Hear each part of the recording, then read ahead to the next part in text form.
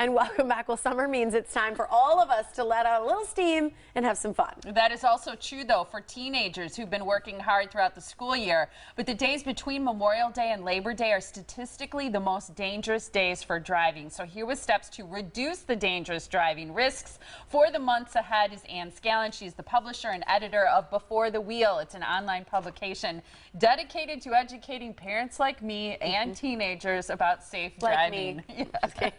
Great to see you. Nice to see you. The tips you provide are so practical, useful, everyday stuff. Let's talk first about the high levels of traffic, because this happens because college students are out, high school students are out. People are in the car for longer periods of time because they might be taking vacations kind of close to home, but a lot of people on the roads, right?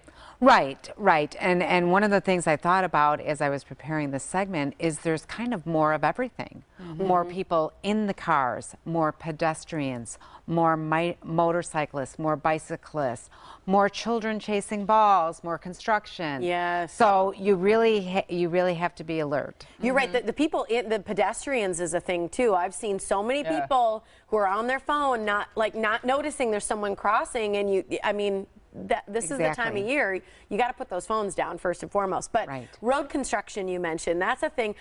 Driving through the cones that are really tight, even as an adult who's been driving for years and years, is sometimes a little tough. You're getting a little close to those cones. For teens, it's even harder. Right. It's very constricting. And I really just say, you know, it's a safe bet if you follow the speeds they have posted for that construction area. So be at that speed or below that speed.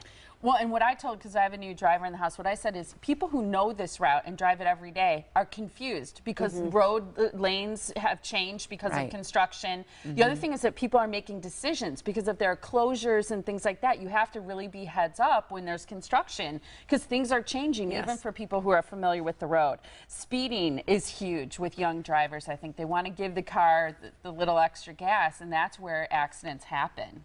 Right. And again, it's kind of that we've waited so long for spring. Not sure I can officially say we've gotten it yet. No, it snowed on Saturday, Ann. That's right. I know. It's that little bit of release, you know, like I feel good. It reminded me of, we used to have some foreign exchange students and we were driving once to a strawberry patch. I'm like, oh, I get to take her to an American strawberry patch. Sure enough, we rolled down the windows, the music was on.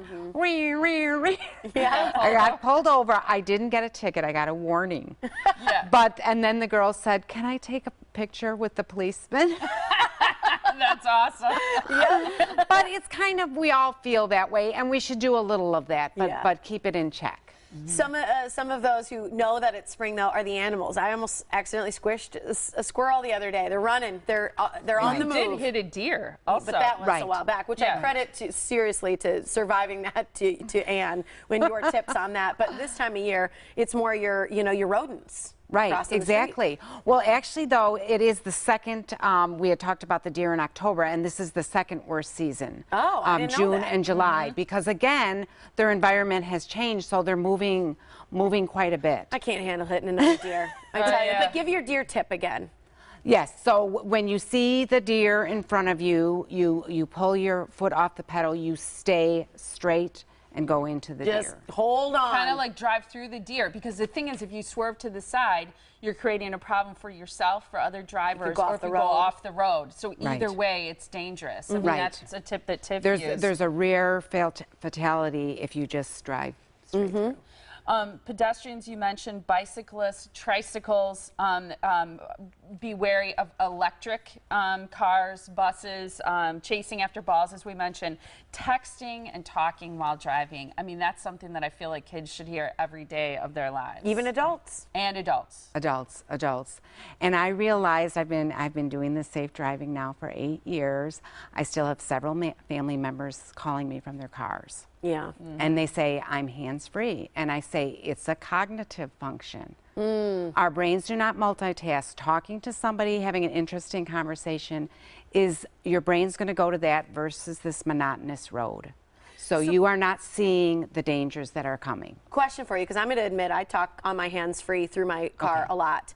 When you're doing that, what is the difference between talking to a passenger? Is there a difference, or is it truly that they're both just not really great for driving? talking to a passenger, your passenger is going to be working for you. They're watching the road. Second set of eyes. And if they see you doing something that isn't safe, they're going to speak up.